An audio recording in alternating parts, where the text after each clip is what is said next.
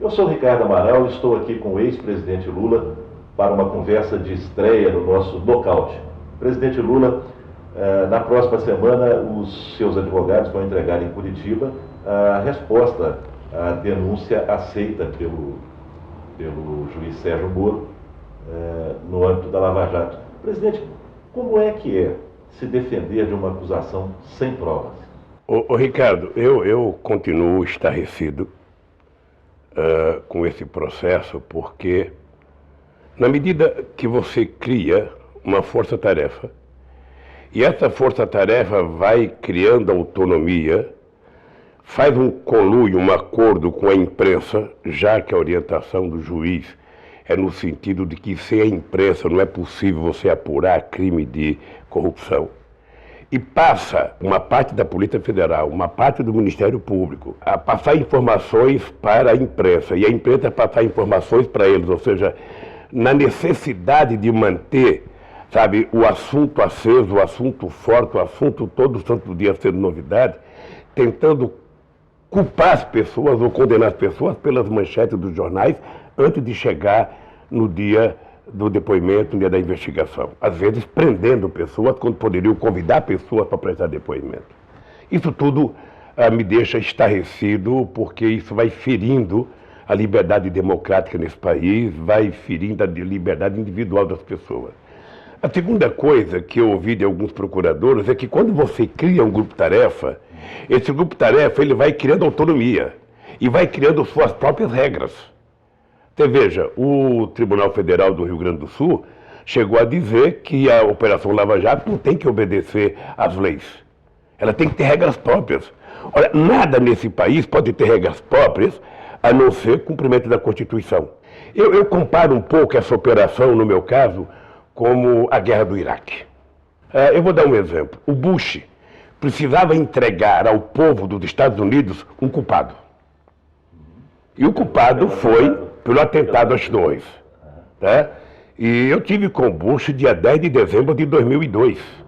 E ele estava objetivamente mais ou menos com uma força-tarefa, sabe, tentando mostrar que tinha armas químicas no Iraque. O embaixador brasileiro, que era o responsável pela fiscalização de armas químicas, sabe, dizia claramente que não tinha armas químicas. Então, o Bush, por conta de uma mentira, e porque precisava dar respostas à questão do atentado às torres, que ele tinha que encontrar um culpado, ou era o Osama Bin Laden, ou era o Saddam Hussein, ele então não se importou com quantas mortes aconteceram, não se importou com o povo, resolveu que era preciso acabar com o Iraque. E acabou. Olha, nesse caso, o que está acontecendo? As pessoas criaram um mundo de fantasia, a ponto de um menino, um jovem, sem nenhuma prova, dizer o seguinte: olha, tinha uma quadrilha montada aqui. Uma quadrilha montada, desde a indicação, desde as eleições, montou isso, montou aquilo, conversou com aquilo, indicou aquilo. Ou seja, ele construiu um mundo fantasioso na cabeça dele e está tentando, junto com a imprensa, convencer a sociedade de que é verdade. Isso é grave. Isso é grave porque eu respeito muito o Ministério Público. É uma instituição que eu respeito, como eu respeito muito a Polícia Federal e como eu respeito a justiça nesse país. Aos 70 anos eu tenho história para provar que eu respeito a justiça.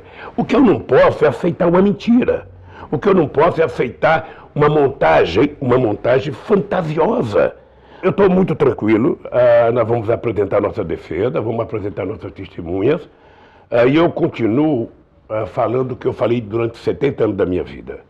Sabe, para mim, não existe ninguém acima da lei, e para mim deve prevalecer a verdade, apenas a verdade. O que eu acho é que eu não me conformo das mentiras, das manchetes dos jornais, porque o que é grave, o Ricardo, é o conluio, é um acordo.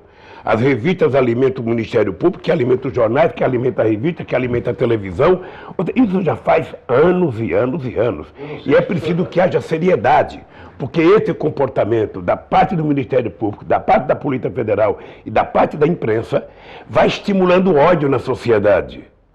Vai estimulando ódio. Sabe, entre as pessoas dentro de casa, entre as pessoas no bairro, entre as pessoas nas escolas, entre as pessoas. Sabe, é preciso que se tenha responsabilidade nesse país. Quando você quiser acusar uma pessoa, primeiro você prova. Quando você provar, aí você anuncia para a imprensa. Eu lembro, quando eu era presidente, de ministros meus que foram mostrados em horário nobre na televisão, recebendo dinheiro numa envelope e nunca apareceu o dinheiro, nunca apareceu a investigação, nunca chamaram ele para prestar depoimento, nada. Essa é a minha indignação. Por isso eu vou apresentar a defesa, sabe, não apenas responder, mas mostrar a disfarçatez da denúncia. Ou seja, ao não ter prova, eu conto uma mentira. É isso que eles disseram. Eu não tenho prova, mas eu tenho convicção.